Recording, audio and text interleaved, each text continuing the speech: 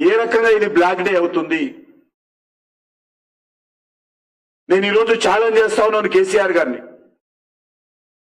నేను అన్ని రకాలుగా ఆ ప్రభుత్వము లిక్కర్ వ్యవహారంలో అవినీతికి పాల్పడింది, 100 కోట్లు చేతులు మారింది. మరి నేను నిరూపిస్తాను అది తప్పని. కేసీఆర్ గారు నిరూపిస్తారా? బయటికి రావాల్సిందే కోరుతా ఉన్నాను. అది ప్రెస్ క్లబ్కి వస్తాడా, అమరవీరుల స్తూపం దగ్గర వస్తాడా? అందులో నాకు బాధ అనిపిస్తుంది. ఎందుకంటే అమరవీరుల స్తూపం దగ్గర లిక్కర్కు సంబంధించిన వ్యవహారం చర్చించడం నాకు సిగ్గు అనిపిస్తుంది.